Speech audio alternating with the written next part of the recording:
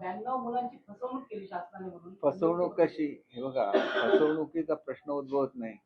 नियुक्तीपत्र जर खोटं असेल तर मग फसवणुकीचा प्रश्न येतो. विजा हा शेवटी मिळायला लागतो. विजा मिळवण्यासाठी परीक्षा पास व्हायला लागणार. हे मुलांना माहिती नव्हतं का? सगळ्यांना माहित होतं. सगळी मुलं परीक्षेला बसलेली आहेत, पास होऊ शकले नाहीत. ही दुर्दैवाची बाब आहे. पास पुढच्या सेकंड अटेम्प्टला ते पास होऊ शकतात, झाल्यानंतर ते जाणार आहेत. प्रश्न असा असतो की पास करणं न करणं हे आमच्या हातामध्ये नाही. तो परीक्षेचा रिझल्ट आहे.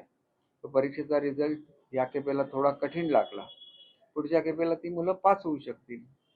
तरी पण त्यांच्या काही डिफिकल्टीज असतील. त्यांनी मला म्हटले की तुम्ही वेळ द्या. मी 100% त्यांना वेळ देईल. अतिवृष्टी आणि पुरामुळे शेतकऱ्याचे प्रचंड नुकसान होते. अशातच केंद्राकडून पंजाबला तात्काळ मदत जाहीर केलेली आहे, मात्र महाराष्ट्राकडे दुर्लक्ष केल्याचा आरोप विरोधक करतात. हे बघा, ज्यावेळेला त्यांचं पथक येतं आणि ते पथक आल्यानंतर मदत जाहीर होते, त्याप्रमाणे केंद्राचं पथक आल्यानंतर महाराष्ट्राची मदत सुद्धा जाहीर होणार. अगोदरच बोलण्यामध्ये काय अर्थ आहे? सगळ्या राज्यांची मदत आपल्याच राज्यामध्ये फक्त चालू आहे असं नाही. दिल्लीमध्ये सुद्धा पूर आलेले आहेत, राजस्थानमध्ये पूर आलेले आहे. त्याच्यामुळे क्रमाक्रमाने प्रत्येक राज्याला केंद्राची मदत मिळणार, तशी ती महाराष्ट्राला सुद्धा मिळणार. त्याच्यामध्ये कोणी आपल्या मनामध्ये संशय बाळगण्याचं कारण नाही, कारण आमच्याकडे अजून अतिवृष्टी चालू आहे. त्याच्यामुळे नेमका किती नुकसान झालं याचा अंदाज आताच्या स्टेजला येऊ शकत नाही. तो ज्यावेळेला पंचनामे होतील, मग ते ड्रोनद्वारे असेल किंवा कसे असतील, ते झाल्यानंतर याचा एक्झॅक्ट आकडा कळणार आहे. त्याच्यानंतर केंद्र सुद्धा आमच्या राज्याला मदत करेल. मराठवाड्याचा दौरा जो मुख्यमंत्री उपमुख्यमंत्र्यांनी केला तो भास होता, ढोंगीपणा होता असं संजय राऊत म्हणतात. संजय राऊत काही बोलतात, आता दिवसभर बोलायला त्यांना काहीतरी विषय पाहिजेत ना. विषय नाही म्हणून काही आरोप करत बसायचे. याच्या पलीकडे संजय राऊतांचं महाराष्ट्राच्या दृष्टीने काय महत्व आहे? एखादा विषय त्यांनी आणला, त्याच्यामुळे महाराष्ट्राचा फायदा झाला असं मला तुम्ही एक विषय दाखवा. टीका करायची, टीकेमधून काही होत नाही. काम करायचं असेल तर काही पॉझिटिव्ह सूचना करायला लागतात, आणि त्या त्यांनी पॉझिटिव्ह सूचना केल्या तर आम्ही त्याचं स्वागत करू. आम्ही कुठलाही मनुष्य आपल्या विरोधात आहे म्हणून आम्ही त्याच्याकडे बघत नाही. तर केलेली टीका सुद्धा सकारात्मक दृष्ट्या घेऊन अधिकचं काम करत आमचं सरकार काम करत असतं. त्यामुळे रोज उठल्यानंतर काय विषय असू शकतो, त्याच्यामुळे असे काहीतरी विषय काढले जातात. तर ह्या विषयांमध्ये मला स्वतःला वाटत नाही की आज संपूर्ण राज्यातली यंत्रणा ही पुराला तोंड देते.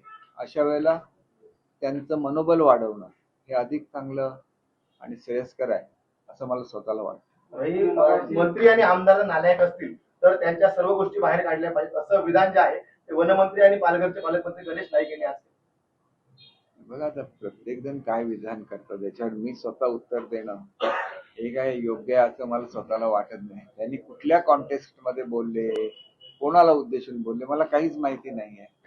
माहिती असतं तर मी त्याचं उत्तर दिलं असतं, कारण माझे स्वतः वनमंत्र्यांचे अतिशय चांगले संबंध आहेत. तुमची जर इच्छा असेल तर मी गेल्यानंतर विचारेन. हिंदू समाजाने दांडिया खेळणं म्हणजे तो आपला हांडगेपणा आहे असं जे विधान आहे ते संभाजी भिडे यांनी एका कार्यक्रमामध्ये केलं. नाही बघा, प्रत्येक जण काय बोललं याच्यावर मी उत्तर देणं योग्य असतं. संभाजी भिडे हे एक ज्येष्ठ व्यक्तिमत्व आहे, तर ते काय बोलले आणि कुठल्या संदर्भात बोलले हे मला सांगता येणार नाही, आणि त्याच्यावर याच्यावर काही बोलणं हे मी योग्य समजत.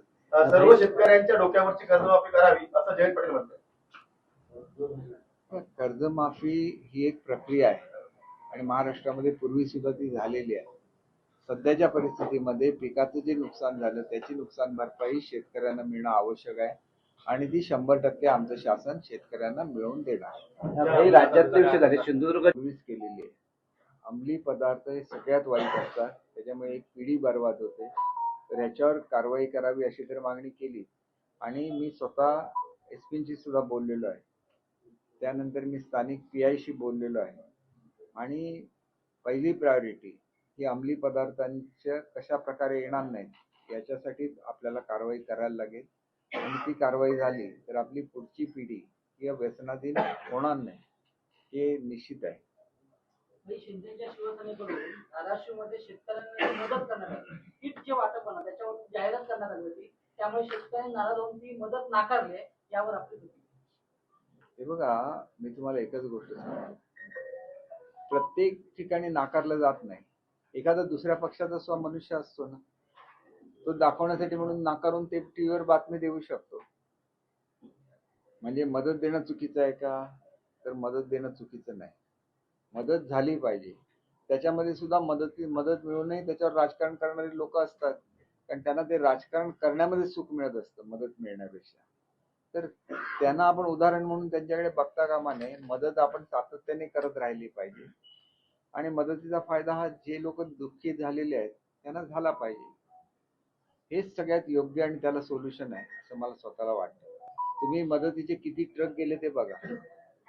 तुम्ही ते टीव्हीवर बघितलेलं असेल. म्हणजे काही 100च्या संख्येमध्ये ते ट्रक्स होते. म्हणजे ते टेम्पो ट्रॅव्हलर वेगवेगळ्या भागामध्ये गेल्या. भाई सिंधुदुर्ग